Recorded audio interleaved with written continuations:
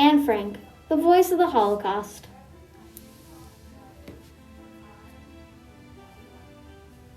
By Cameron Mahi.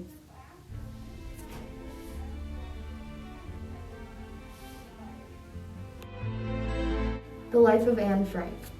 In 1942, Frankfurt, Germany, Anne Frank was a young girl who communicated her thoughts, feelings, and actions through her diary entries. This communicated what it was like to be a young Jewish girl during the Holocaust. It impacted the world by showing that there was horrible actions during the Holocaust because of racial injustice. Anne Frank was born in Frankfurt, Germany, and died of the typhus disease in February of 1945 at the Bergen-Belsen concentration camp in Germany.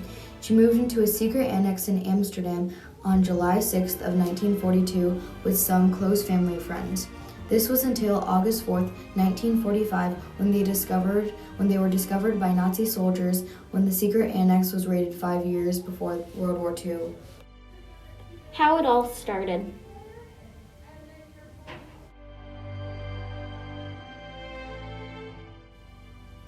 World War II started when Adolf Hitler first tried to gain Germany's trust by becoming chancellor and telling people to believe in him, telling them that the Jewish people were making them more poor than they ever were. People started to believe in him, and this resulted in the Holocaust. The Holocaust was a brutal way that the Germans discriminated the Jewish race. They took them from their families, tortured them, made them work, and murdered them. The Jewish people started getting scared from these actions, and people started to go into hiding. After the Frank family received a letter telling them that Margot Frank needed to leave to go work at a concentration camp, they decided they needed to go into hiding.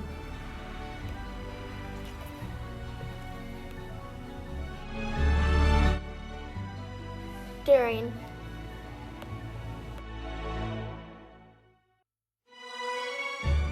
On July 6th of 1942, Anne Frank went into hiding with her family, including Otto Frank, Edith Frank, and Margot Frank. They also went with another family, including Herman Van Pels, Augusta Van Pels, and their son, who was later on also Anne's love interest, Peter Van Pels. On November of 1942, a new person joined the annex, and his name was Fritz Pfeiffer. Anne Frank had received a red and white plaid diary for her birthday on June 25th of 1947. For the time Anne was in the annex, she had a very boring life in some ways, but it was also very scary. Since the secret annex was also above a working building, the Franks, Van Pels, and Pfeiffer had to stay extremely silent throughout the day to make sure no one realized they were there. So throughout the day, they could not flush the toilet in fear that people would be able to smell or hear it. So Anne spent a lot of time writing in her diary. In Anne's diary, she used code names, so the Van Pels were the Van Dans. She also spent a lot of time talking about how she would always get shamed and yelled at by August and her husband Herman Van Pels. They often called Anne annoying and too much to handle. She also talked about her mother never cared about her, and she hated how she was always giving annoying lectures for the stupidest things. She even has a diary entry about it. She wanted to stamp her foot and scream in rage, but she couldn't. This is what she wrote in her diary on Saturday, January 30th of 1943. Dearest Kitty, I'm seething with rage, yet I can't show it. I'd like to scream, stamp my foot, give my mother a good shaking, cry, and I don't know what else because of nasty words, mocking looks, and accusations that she hurls at me day after day, piercing me like arrows from a tightly strung bow, which are nearly impossible to pull from my body. Also, in another one of her entries, she talks about Mrs. Van Pel. She says she's just a fat-faced fishwife. Added to that, she's exceedingly pushy, egotistical, cunning, calculating, manipulative, grasping, vain, and quackish. Oh, only if I could dump her in a bucket of water and put her in the coal. Though she did hate her mother, she did want a relationship together. But Anne and her dad had one of the closest relationships in the secret annex. Also, during the frequent bombings, Anne Frank would run to her father's side while leaving her mother alone. Otto Frank would often try to talk to Anne about making her mother sad and lonely, but Anne would never listen.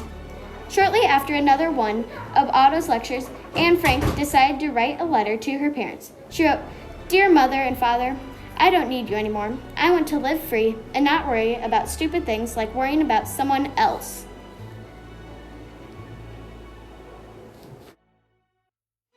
After the war ended on May 8th, Otto Frank searched for his family until he was told that their daughters had died in a concentration camp from the typhus epidemic in a Bergen-Belsen camp in Germany after they were moved from a camp in Auschwitz, Germany. Surprisingly, they had survived the gas chambers. Anne and Margot's official death was in February of 1945. Their mother had died as well, but she was nowhere to be found. Otto Frank decided to publish Anne Frank's diary because he knew that Anne Frank wanted to be a writer and intended on writing a book about the Holocaust.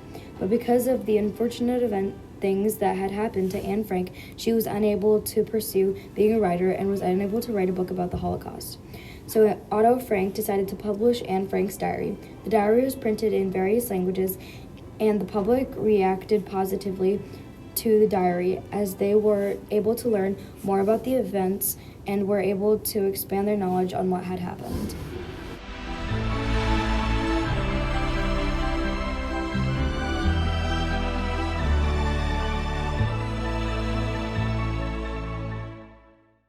In conclusion, Anne Frank was a young girl who communicated her thoughts, feelings, and actions through her diary entries.